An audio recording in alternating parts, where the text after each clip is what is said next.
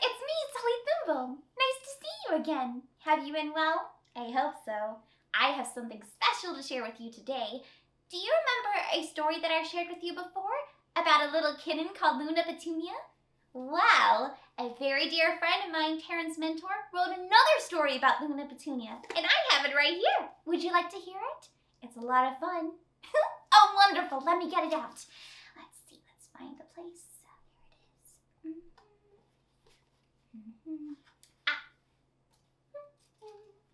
Are you ready? It's called Luna Petunia Takes a Nap. Luna Petunia was getting ready for a new day full of all the things that keep little cats busy. I think I'll clean myself for a bit, then I'll stretch a little, and then I'll fall asleep in a sunbeam. That's a good plan for today, she thought, as she let out a big kitten yawn. But I wonder where I should do all of that. She thought of the perfect spot. It was flat and warm and had lots of buttons on it. The big person with the deep voice liked to spend a lot of time playing with it, so it must be a great place for a little cat. She hopped up onto the desk where the big person always left it. It was warm and lovely to curl up on, but first Luna had to walk all over it to find the best way to lie down. Just as she was about to get comfortable, a booming voice gave her such a fright that she dashed right off the table and out of the room. "Luna, get off my laptop, you silly cat! You've deleted all my work!" Luna decided that she should find a different spot to do all of her kitty tasks. She peeked into the room where the little person slept. They had two lovely beds with thick pillows and blankets. Now that would be a great place for a stretch and a nap. But as she walked into the room, she looked up to see the two little persons swinging pillows at each other. Oh dear. One of them missed and hit a shelf, sending toys and books flying everywhere. And the other little person dove to the floor to try and dodge the next tack. This room was far too dangerous and hectic for a little cat, so she bolted right out. Luna was not a very happy cat right now. All she was looking for was a comfortable place to spend her day doing her usual kitty things. But now she couldn't use her favorite spots at all. I'm going to have to use my least favorite spot now, she thought miserably. It was a sitting chair that was comfortable, but it was in the coldest corner in the whole house.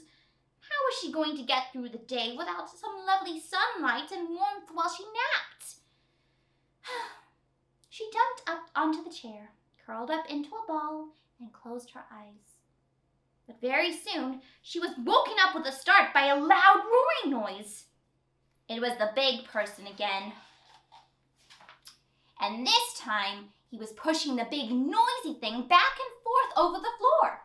It was very loud and very scary for little Luna, so she sped out of the room. She sat down sadly in the passage outside of the noisy room and felt very sorry for herself. Now she couldn't even use her least favorite spot in the whole house. Where am I going to go now? She thought. The little persons are still going nuts in their room, and the big person gets mad when I lay down on the thing with all the buttons. Today is ruined. But that was when Luna heard her favorite sound. It was the other big person, with the lovely voice that always made her feel safe and happy. Luna, Luna Petunia.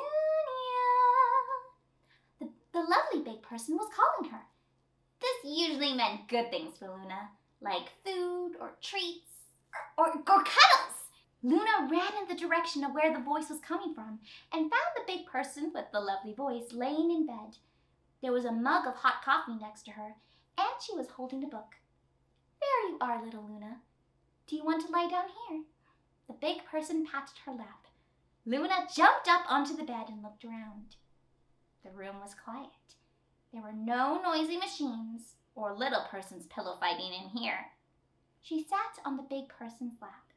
It was warmer than the black thing with all the buttons, and definitely more comfortable than the chair. Not only that, but the big person was scratching her behind her ears in the way she loved the best. This place was perfect. As she curled up in that warm, comfortable lap, she realized she had been so silly all day. She shouldn't have been looking for her favorite place. She should have been looking for her favorite person. Luckily, her favorite person found her. So Luna started her first proper nap of the day with a kitty yawn and a kitty stretch. The end. Wasn't that wonderful, dearest friends? I enjoyed it. Well, I'm feeling a bit sleepy now. I better get going. But it was so lovely seeing you, and I hope to see you again soon.